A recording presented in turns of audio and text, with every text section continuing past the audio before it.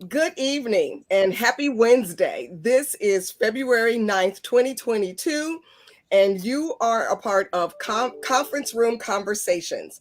I am super delighted, happy like the kid in the candy store to have a woman that I admired from afar, got an opportunity to literally break bread and eat cheesecake with Miss Jaqueline Sales of HAZMED Inc. Myself, along with Michelle Howard, is here to talk with her, glean from her, and you all get to sit in on the conversation. Today's topic is talking about how we successfully navigate in a male dominated environment.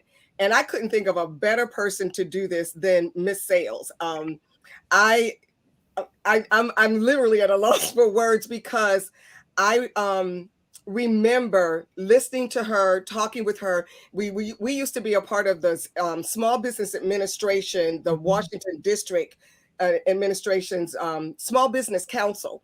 And we would sit there and talk. And some of the things that I was experiencing as a young business owner, she was talking about, and we were finishing each other's sentence. And I'm looking at her because I knew how successful she was. And I was, why is she going through that? And through our private conversations, I realized it doesn't matter how long or how short you've been in business. There are certain things you're always going to go through. And so, with that, I want to just thank everybody who's listening today, whether it's live or taped, because Miss Sales has this huge network of women that they've been literally sharing the post that I had on Facebook. Girl, you need to be on this one tonight. So, we got to step our game up. So with that, Miss Sales, please just tell the audience a little bit about you and your journey, because in my description I said you were STEM before STEM was an acronym. It was, so this. Girl, nobody ever heard of STEM when I was coming up. And it's so funny because I was trying to remember whether we even use the term HBCU. Ooh. Yeah, that's how far back I Because which HBCU school did you go to? Howard University, you know it. But I graduated in 1968 with a degree, bachelor's in microbiology. And then I worked for a while. And then I went back in 1974 and graduated in 75 with a master's in environmental engineering. Mm-hmm. And that's when it all started. I always knew that I wanted to be in technical field. Both of my parents were technical, and my father only had two girls, but he raised us like the way you would raise boys. A boy. Mm-hmm. Mm-hmm. And I was raised on Long Island. I came up through the New York track system. So they decide very early on whether you're going to be on a fast track or a slow track. Okay. So of course, Mm-hmm. had a little brain power. So I was a fast track kid. And even with that, there were very few women in my classes, mostly the boys. Mm-hmm. Of course, very few blacks. And so I was used to the boys from an early age. By the time I got to Howard University and started studying in the technical areas, most of the guys in my classes were foreign. Many of them were from Africa, the Caribbean. It was very interesting. Those kids were rich people's kids, really. They were much more advanced than us. They had calculus in 8th grade or something. Wow. So I was always into this competitive thing with the guys. So when I finally got off and running in 1979, when I went to work for EPA, that was an eye opener. How so? Well, here I was, my little Howard University self. And I remember the first day I sat down in my little room next to this guy, We're both looking out the window. And without turning his head and looking at me, he said, you know, I went to Yale. And I said, Okay. oh, but it was the way he He said said it. it. Mm-hmm. I was like, okay, what do I do with this? Here we go. Only Black there, only woman there. And that's when I decided that he was going to be my competition. Mm. And I was going to, whatever I did, it would always be trying to outdo him. Okay. Mm-hmm. My dad told me you always have to have goals. So when you come into a strange environment, you're the only woman in that environment, you better think of something real quick on how you're going to be successful, how you're going to get the drive to want to move forward. And, you know, he made it clear to me what I was in for, because most of the people that I was working for did go to Ivy League schools, Stanford, you know, Brown, Big Ten schools. And it was easy to feel inferior. HBCUs weren't thought of back then like they are now. Mm-mm. You know, it was very different. And being a Black woman, and you know, it was a little overwhelming at first, to be honest with you. Then things got even more complicated because back then men didn't have the boundaries that they have now.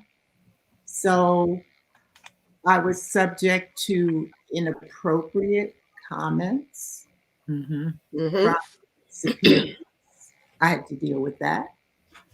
And even more surprisingly was that I thought that I would get support from the administrative women, because most of the women back then were typing or they were just secretaries. So I said, oh, they would have my back. But that's when I realized, and that's a whole nother conversation, but that's when I realized that wasn't going to happen. They decided right up that I was bougie and I couldn't relate to them, which wasn't true, but they couldn't relate to me. So I got off to a real interesting start. It was a real wake-up call. Then, you know, as we start going into meetings, and you know, I was a professional. I was an engineer. I was supposed to have opinions. I knew things. I could contribute. I was a practical thinker. To this day, I'm a very practical thinking person, analytical, but I always come up with practical solutions. That didn't work in those meetings with these guys. You know, they wanted, I call it the Tarzan thing. They wanted to beat on their chest. They had to talk about the football score at Stanford and, you know, and all this stuff. And I'm like, you know, let's just get on with it. I would come up with some practical things we could do. Nobody was interested in what I had to say. They would go all around Robbins Barn, totally ignore me. The surprising thing and the hurtful thing was many times months later, 10 meetings down the road, all of a sudden we're going in the direction that I mentioned months back and got no credit for it. But you know what? You have to take your credit. And I'm writing notes. I don't know about y'all, but I'm writing notes. You have to take your credit. You know, I was at the table and I had to understand what that meant. I was in a man's game and my father had prepared me for it, and I had to step up and take my credit. But you have to be strategic about it. For me, I found out I couldn't come out guns a-blazing, because then, you know, you're the angry Black woman, or what's wrong with her, or it shuts down people. So I had to make like strategic moves. Sometimes some people got zapped, and to this day don't know where it came from. I'm just saying. I'm just saying, it's the Bible. And we talking, I mean, I went to EPA in 1979. I had a great time there. Don't get me wrong. I had a great time there. I was doing good work. I was writing federal regulations for hazardous waste management to protect y'all's human health and the environment. And we thank you. Growing up on the hill, it was a fabulous time, but it was not easy. Let me ask you a question, Miss Jacqueline. When you were talking about, having that voice and taking your credit because it took them so long to go in the direction that you had suggested months ago. During those times, did you think it was just because you're a woman, just because you're Black, or just because you were intelligent? Like, was it a combination of things that just they didn't want to hear your voice? Well, to be honest with you, I didn't have time to even think about it that way. Okay. Because I had to figure I had goals. Right. And I had to figure out how I was going to reach my goals and how these folks were going to help me get there. Because make no bones about it, you need those people. Yes. I needed those guys. And they needed me. They just didn't know. But it wasn't easy. I have to say that. It wasn't easy. So one of the things that you told me about when we were catching up a couple of days ago, can you share with our audience the story of what it was like? Because you said you went to EPA in 79. So we're still talking. We think, the 80s, the women, are coming into our own. And we know we still had some issues, but just talk to me, our audience, about when you had to travel and where you had to travel and what that was like. Because when you brought that up, it reminded me of one time when I went into a town in the middle of night and not knowing where I was going. So just share with our audience. And mind you, audience, we're talking 80? Yeah. What's a cell phone? What's a pager? And they had all those little airplanes we had to get onto. But the government secrets are not in big places. They're in small towns. Many of these towns are not used to seeing, at least at that time, professional women, and certainly professional Black women. Traveling back then, there was no GPS, no cell phone. You rented a car, you opened your map. I mean, a real map, one of those maps that had it folded 10 times. An atlas. Yes, right. ma'am. Not even a map book, but a real map. And it's 10 o'clock at night. You just rolled into some town that you have no business being in by yourself, trying to read a map. And the next day, you're in a meeting with all these people that are sitting there staring at you.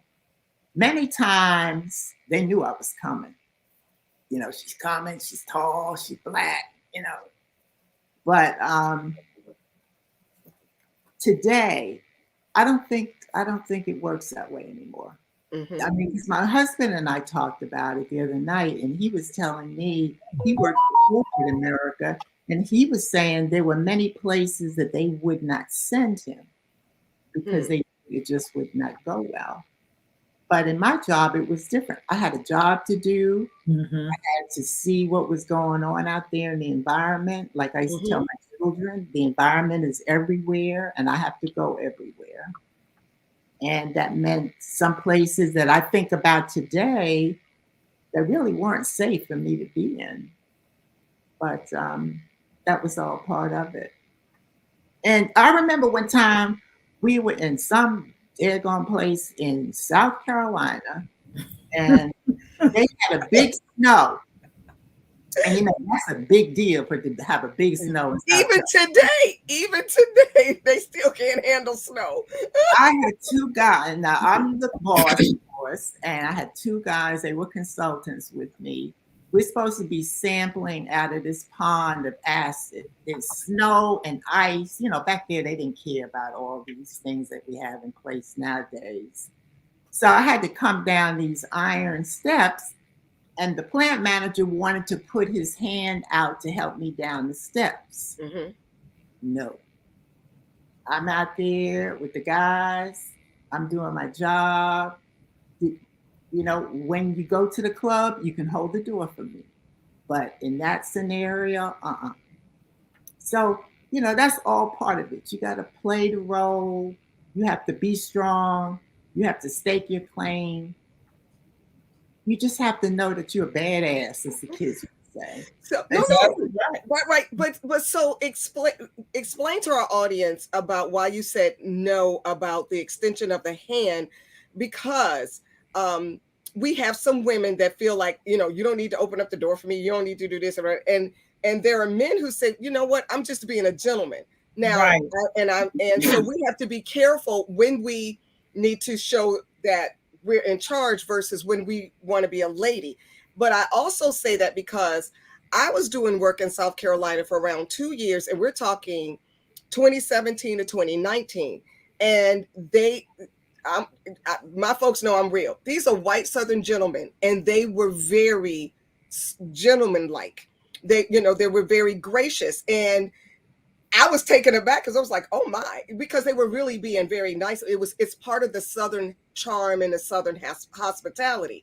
And yet when you said in your environment, nope, I gotta, it's no being the lady. So talk to our audience, because it can be confusing It as is. to, Well, how to manage that. it's two different roles. See, if we're going into a meeting and I walk in and I open the door and a man is behind me, anybody's behind me, I hold the door. And then the gentleman will grab it or whoever will grab it. No. But this is a different thing. I'm the boss. I'm dealing with all these guys. We're in a hazardous situation.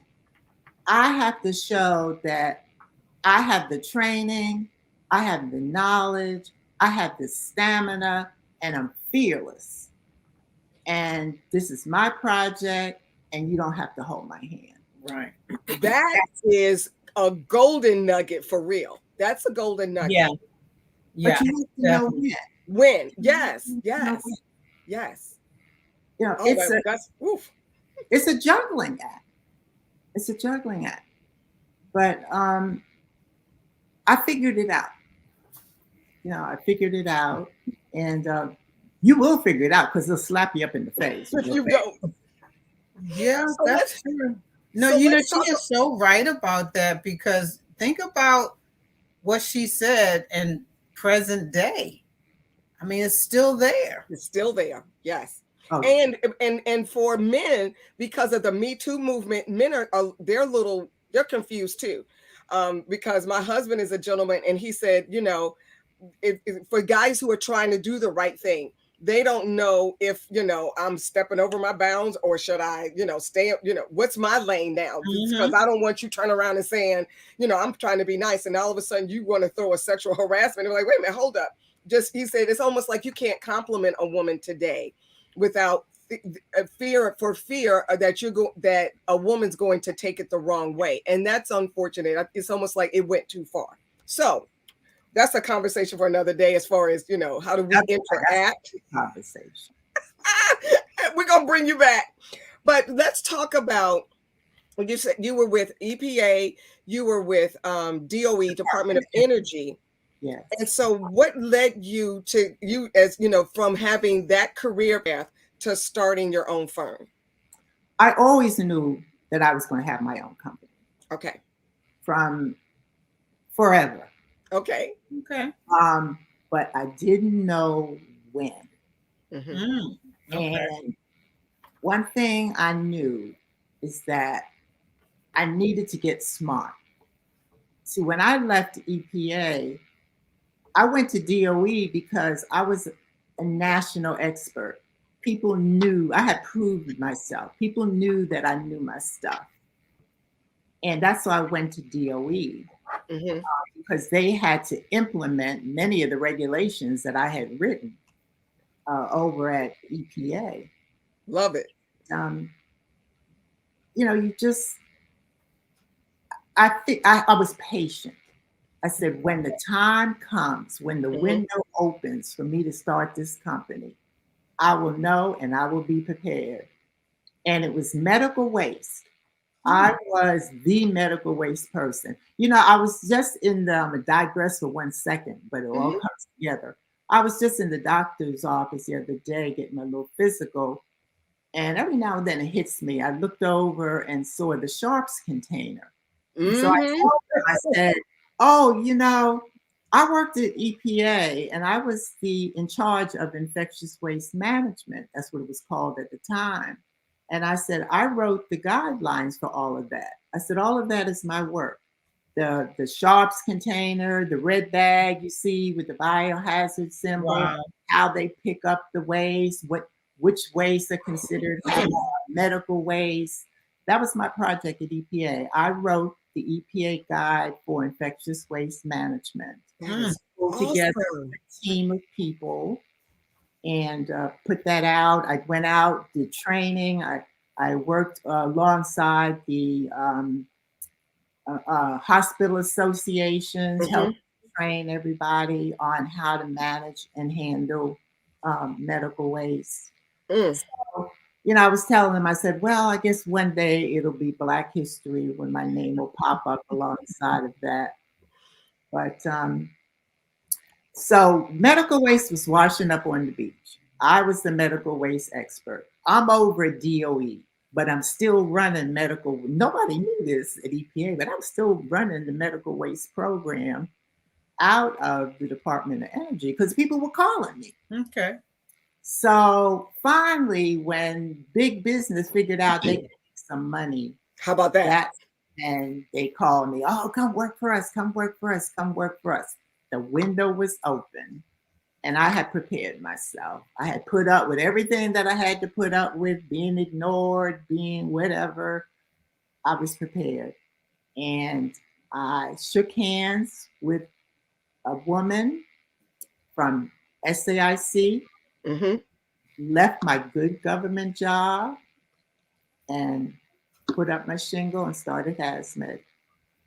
I went to a And lawyer in Baltimore, started a corporation because I'm a visionary. I had the whole vision of what the company was going to look like. I had all the divisions.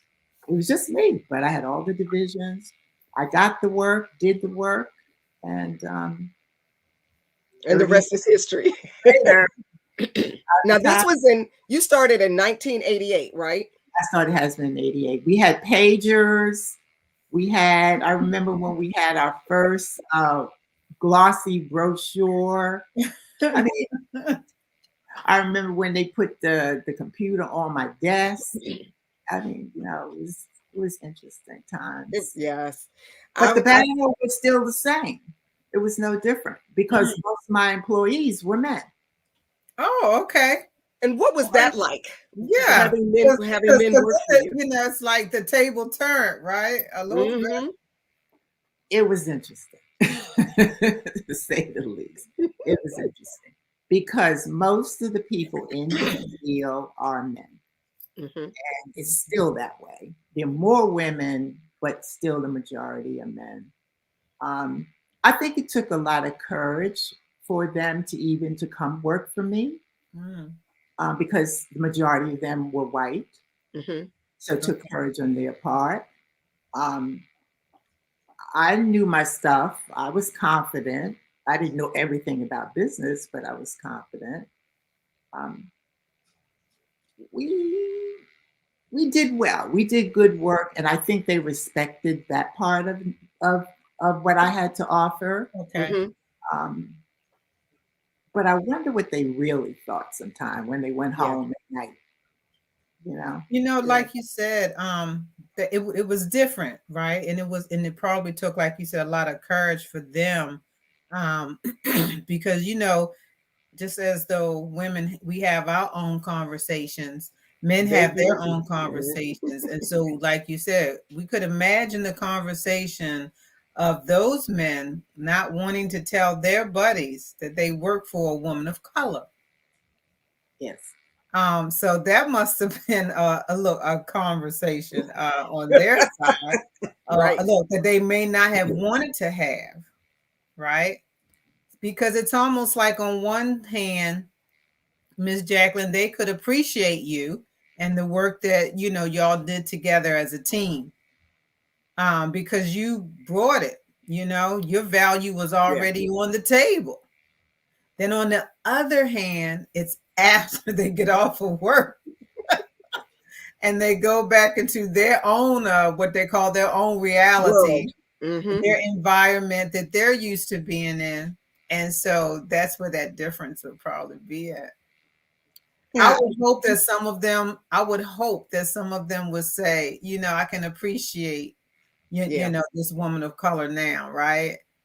Because some are afraid to even say that. Yeah, I would think so. But you know, there are people who worked for me that I truly believe really appreciated what I brought to the table.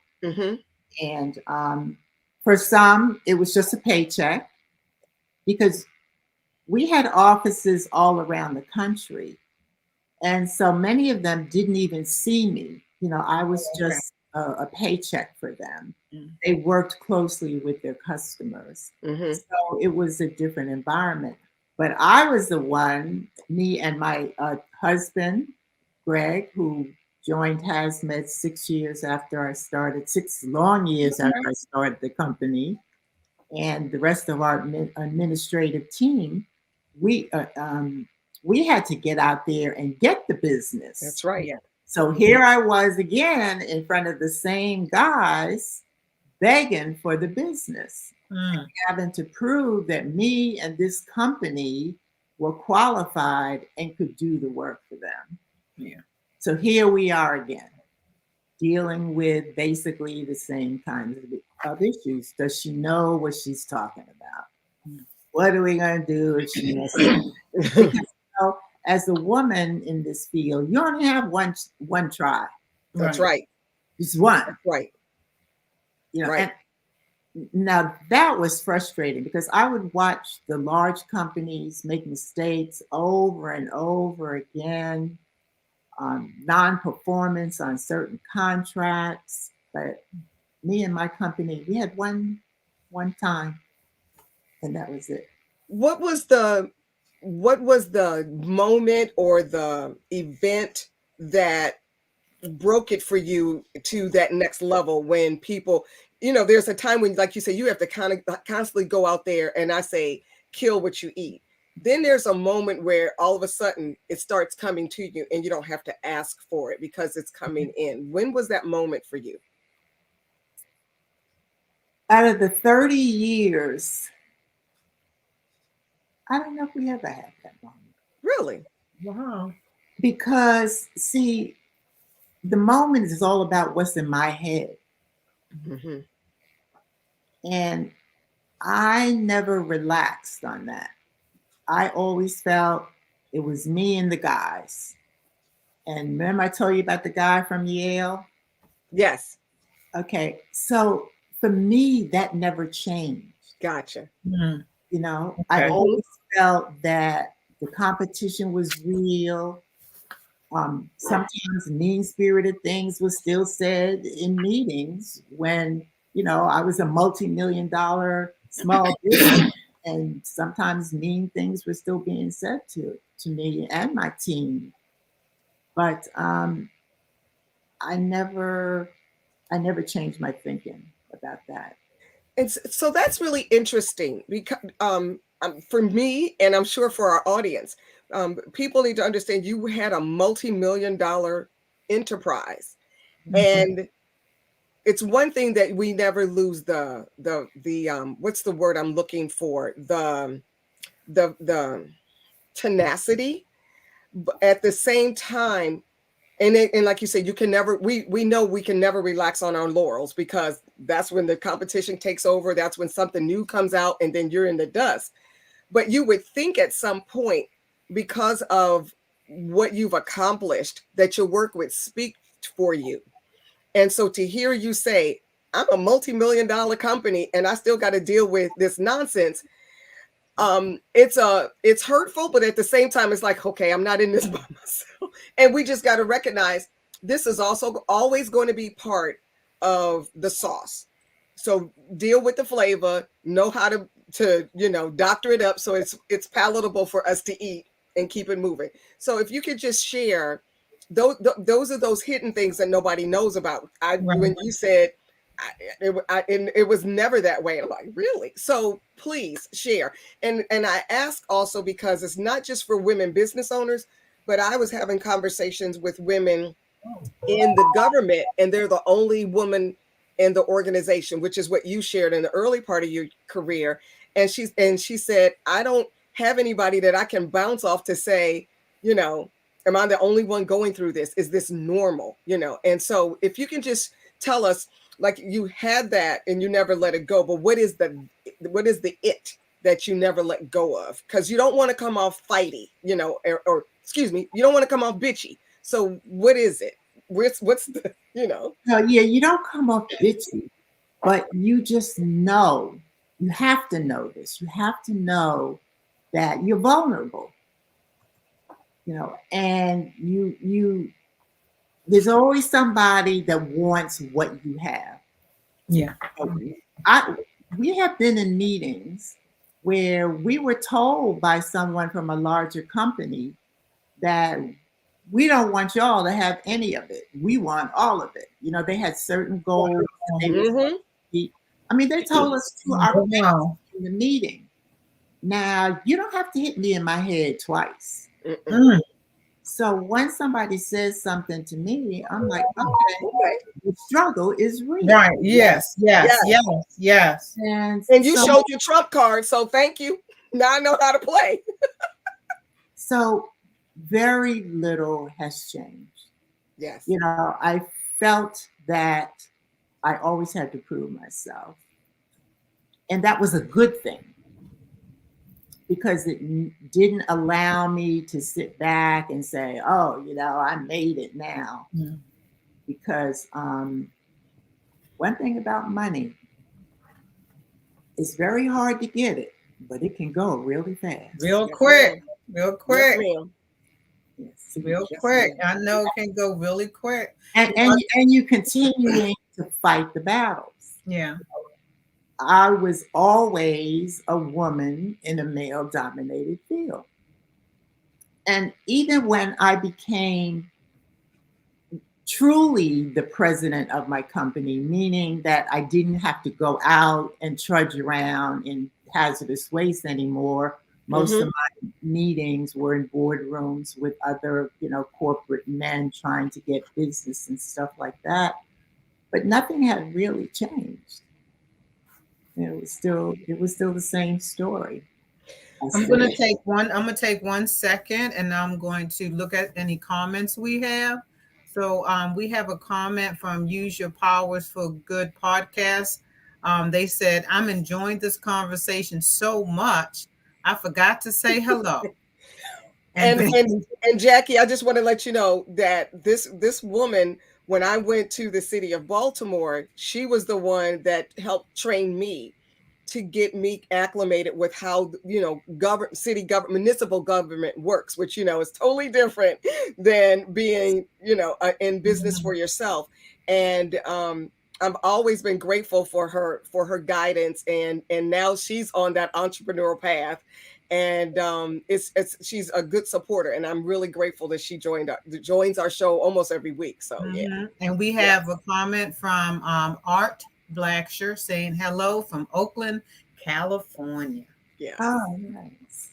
They're far reach here. Yes, absolutely. And that's due to the blackusa.news platform that we are a part of. And so we're very grateful. Oh, we got another one. Good evening, Queens. Chap Loveless. We have Chap Loveless saying good evening, Queens, from Be More. Thank you, Chap. We really appreciate you tuning in. Yes, indeed. So, Jackie, with if you don't mind sharing a little bit about the company, because you said 30 years. I know it started in 1988, and so though you had that vision, like you said, you had it all laid out. Not that I'm ready, but when did you know that? And I wanted to say when you made it, but like you said, it was always a struggle. But when did you know it was time to get out? to retire and your exit strategy? Or did you know? I think I knew there were about 5 times that I knew. See, because it's harder to get out than it is to get in. But Wow. I didn't Explain know that.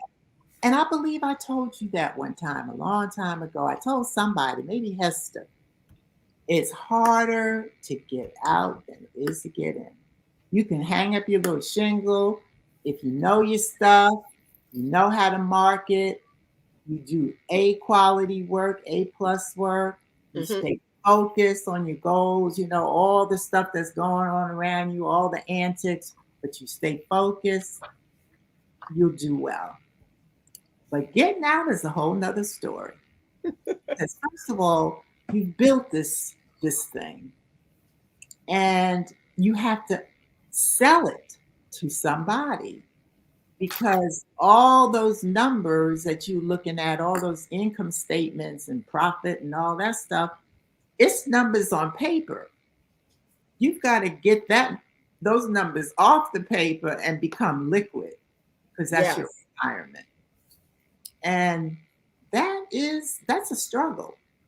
The economy will determine how things go. The first time I wanted to sell, then we got in a recession. You know, which one? I was all of them. And you know, we had bought our own building. So we had all of that to deal with. Yes, ma'am. Yeah, we had our own building, and part of it was the incubator for emerging companies. I really felt good about that too. Yes. And so I wanted to sell the building and sell the company, and it just wasn't the right time. Then I tried to do it again. Something else happened. You know, so it's a process. And especially now, because of social media and the way things move, you know, and the stock, somebody could post something and the stock market drops and everything just keeps changing. And you have to be patient. I had to have the same patience to get out that I needed to get started. Remember, I told you in my career, I would just I figured I'd know when the time would be right. And it was the same way with exiting, with selling the company, knowing when the time would be right. And nobody prepares you. Who do you have to talk to? I don't have anybody to talk to. Right. You know, male or female, because I was just going to say male or female, because how many people in your circle have done what you've done or done what you're going through that you can talk to in confidence about that? It's difficult. Yeah. And again, in my circle, it was always the men. It's always men that I was talking to. And how did that make you feel? And I asked because earlier in my career, in my business career, I had a lot of male mentors. That's why when I met you, I was like, when I could. And the men in my circle were very, very nice, and it's almost they were protective, and so I was blessed in that area. But sometimes you just need a woman, because there's certain things which is why we have these conversations. There are certain things that you have to talk to a woman about in business to make sure that you're getting it right. And so, were there men that were sincere in helping you to navigate some of those things, or did you just fall on your knees and pray, God help? I was blessed with that, because I have a wonderful husband who is brilliant, and he has my back. Yes. And I could always run things by him. We're a team. And so he would be the one that I would talk to. And I feel very fortunate that I had gotten to the point in my life where I had somebody that I could trust in that way. Yes. To have my back.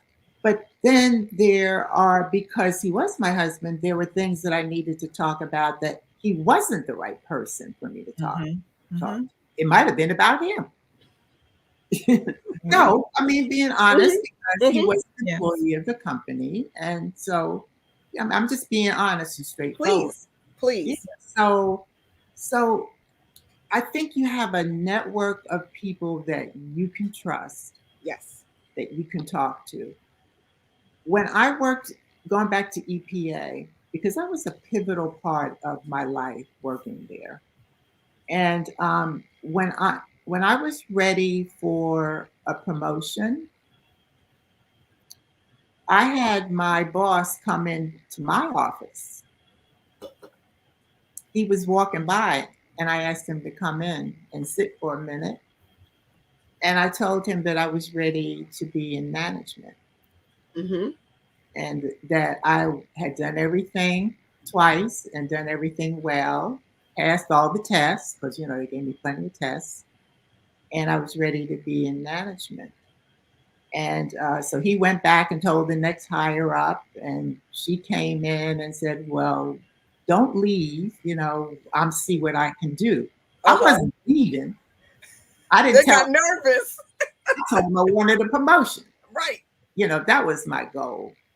And I have to give credit, because to this day, it was the Jewish women who mentored me and helped me up. You can't do it by yourself. No, ma'am. No. They got in there first, and they reached out and helped me, because there is a path, but there's only certain people that are allowed on that path. Yes, ma'am. And you have to pass yourself. I mean, it's just facts. I mean, it's just the way it is. That is so true. That's so true. I want to look back at the comments again. And so we have Mr. Michael Haney saying, great conversation, applicable to Black males in business as well. We have Hester Clark saying, thank you for sharing, Jackie. Your advice has kept me going in difficult times. You are an incredible role model. Paul Druckman, hello from Jean Harginsky from Paris. Enjoying the program. Hi, Jackie. And then we have Miss Teresa Titus Lawson. Hi, Jackie from the Villages, Florida. Enjoying the conversation. It's my BFF, Teresa. Yes. You go marry that. Hi, Miss Teresa, thank you so much for all of the wonderful shares on Facebook. It was just awesome. Girl. Yes, absolutely. Absolutely. I want to say something else about reaching back. Because we have to talk about reaching back. After we go through all these trials and tribulations and navigating and learning how to have our voices heard, which is not easy. Have our voices heard, to be taken seriously. Yes. Mm-hmm. You have to know your stuff. You have to show up right. You have to be appropriate for the occasion. If you're working in a certain environment, maybe you can wear dreadlocks. I don't see anything wrong with dreadlocks, but you know what? Those locks better be tight, looking good. Yes. You have to put your best foot forward. Yes. Because it's a serious battle, and you have to be prepared, and you have to be your best. So with all that said, you have to reach back to help others. And I pride myself in talking to people. I don't take any money for giving advice. I might ask you to give some money to charity or something like that. But I have an obligation to do that. But I also have an obligation to reach up. The people who were and are above me, to help them to understand how to work with women. There you go. That's awesome. Yes. I mean, that's deep. You got to think about it. It is deep. Yep. It is. Real deep. Because you really have to, how you say, you got to meditate on that. Yeah, I had a man more than one man tell me I couldn't work with my wife. you know. But it's roles. I had a role. Right. I had a role. You have with those roles come responsibilities. That's right. This one reports to that one. And that's how he and I were able to work together as a team and come home and fry some chicken together and talk about the kids. How about that? But that's very mature, because everybody can't do that. They don't know how to separate. Even if you're working as an employee, oftentimes they say, leave your problems at the door when you walk into work. Leave those home problems outside. And unfortunately, it's not always that easy. But what they're trying to say is, don't bring in the bad attitude. Don't bring in all the problems, and then you have a upsetting workplace environment because your stuff is off. You got, like you said, you got to bring your A game every day. And if it's that bad, then take a mental day and stay home. So. Yeah. But think about it. Go back to when the man wanted to hold my hand coming down the set. It's about roles. Yes. Once you get that, it's always about roles. Yes. So each role has a set of requirements and responsibilities. So when you're in that role, those are the things that you have to do. If you want to if you want to be the receptionist and greet the people that come in in a high level law firm, then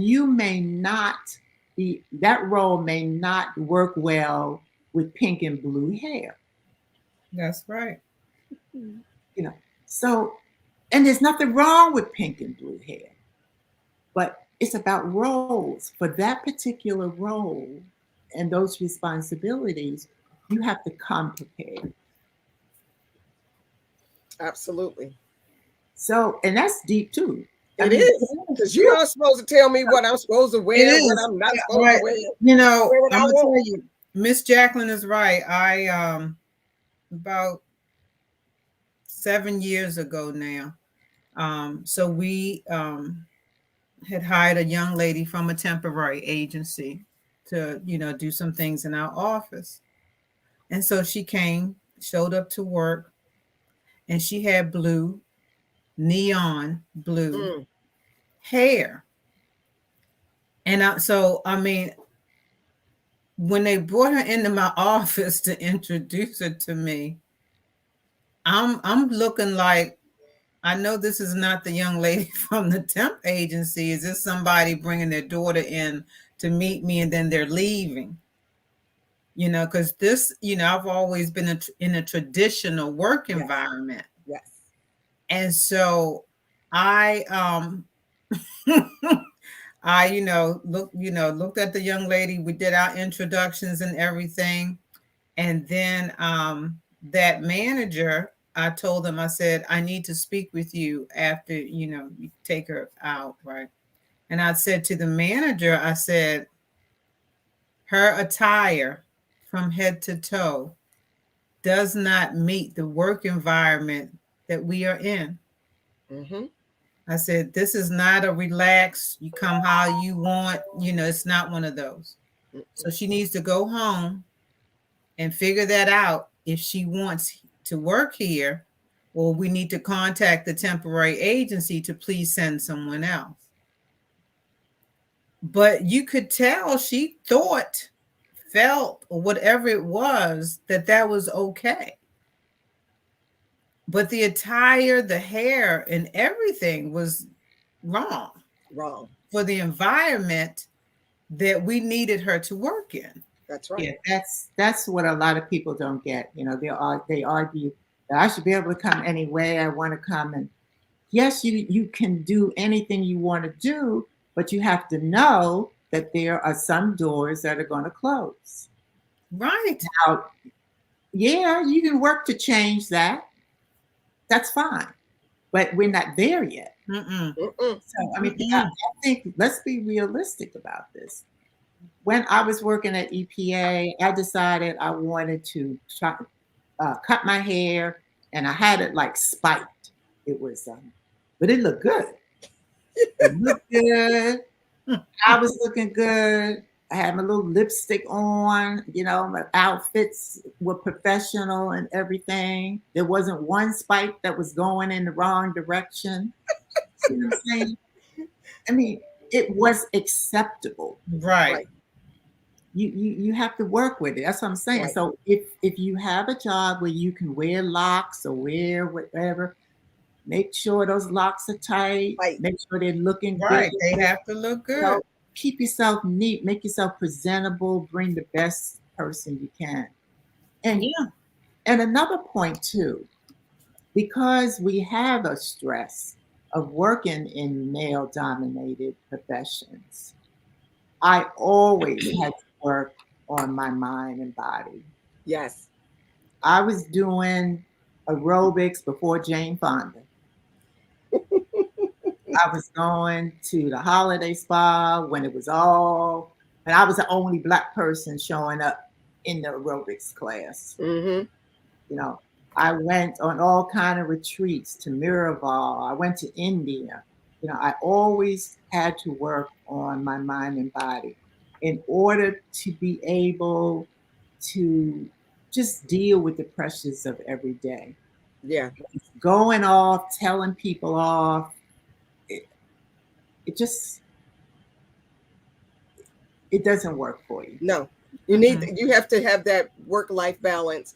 You have to have time to rejuvenate yourself, and we have to plan our downtime. That's in order to be successful. Well, I know we have less than 10 minutes, and there is so much more that we can talk about. Yeah. Michelle, can you read the last two Yes. comments? I'm going to try to jump on these because The using your last two power from Michael.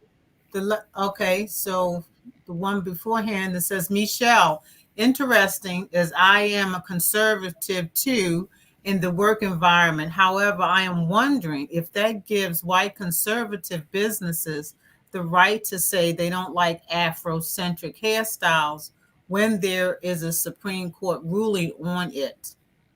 And the other one from the same person says, between all three of you have wonderful hairstyles.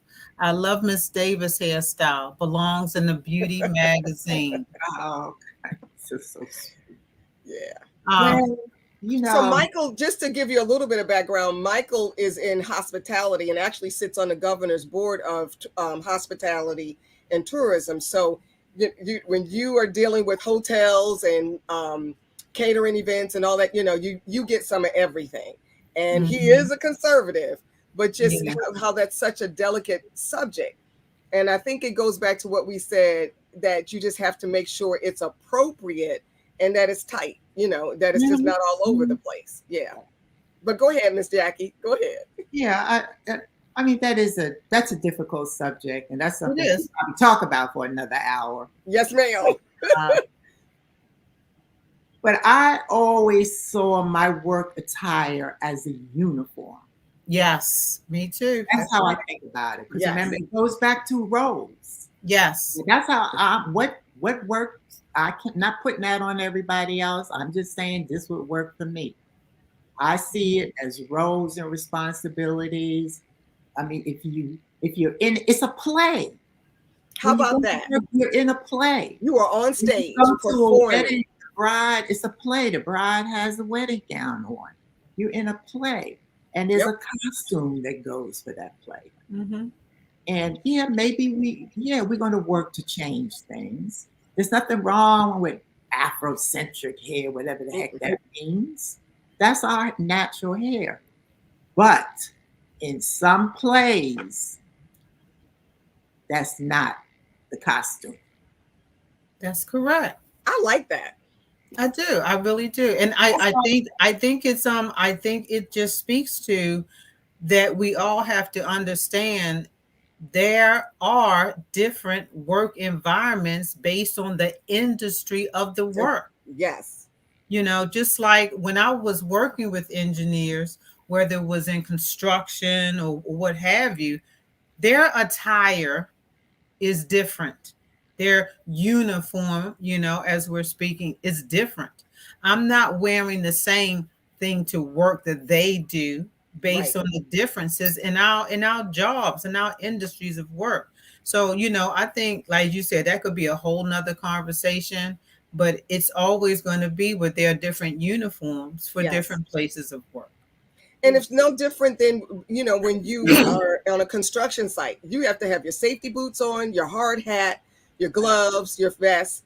It's part of the uniform. If you're in the military, your hair can't touch your collar, and you can have cornrows and locks. They just want you roll it up. If you're in the medical profession, you're a doctor. You can't have your nails can't be painted. They're supposed to be natural. I found that out from my cousin. So there's a uniform and a role to play in every type of industry. And if you can't conform at all, then we might want to either change our industry or get to the place where but even when you're the CEO, you still got to perform for the person you want to get that contract with. And so it doesn't stop. You're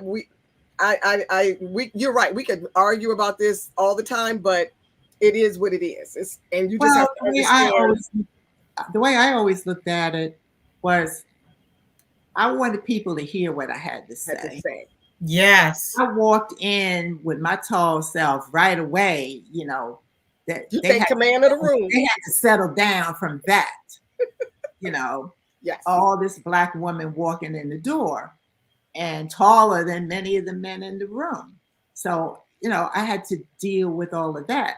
So, you have to decide how you want to present yourself. What is it you want people? Do you want them looking? Same thing with wearing low-cut stuff. Do you want them looking at boobs or you want them listening? So I had to make decisions about how I was going to present myself.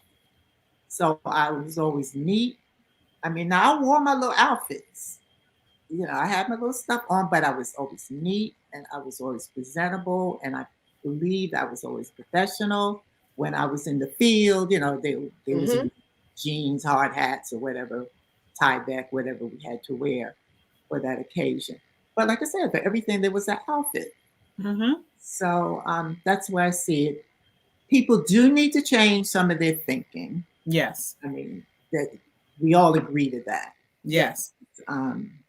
That's all part of it.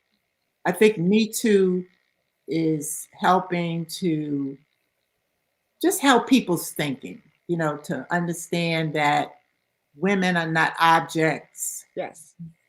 In the workplace for the enjoyment of some of the men, which in my time was that was the status quo. Right. There was no meat. It was just accepted, and you had to work around it. Well, with the 2 minutes we have left, I want to say thank you for busting the doors down. Thank you for I'm going to call you the queen of STEM. As I said before, STEM was an acronym. You were in a field that a lot of us didn't know unless you were in, around scientists or whatever. You were, a science nerd or what have. And then even I remember loving physics, but it was, what am I going to do with it? So I went in another direction, but I loved physics and I loved my teacher who taught it. And so to see you live and in color, and if you can just tell real quick with the audience about your history makers with the minute we got left. Tell our audience about Juliana Richardson out of Chicago started the History Makers. And there are full bios about many accomplished African Americans.